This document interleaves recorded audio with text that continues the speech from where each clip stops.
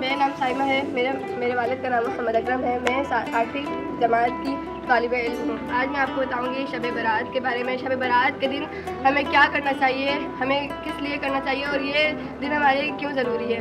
شب برات مسلمانوں کا ایک اہم تہوار ہے. یہ اسلام کا ایک اہم تہوار ہے. مسلمان اس دن اللہ تعالیٰ کی عبادت کرتے ہیں. یہ شب برات 15 شعبان کو منایا جاتا ہے. شب برات کے دن ہمیں نیکی کرنی چاہیے, اللہ تعالیٰ کی عبادت کرنی چاہیے.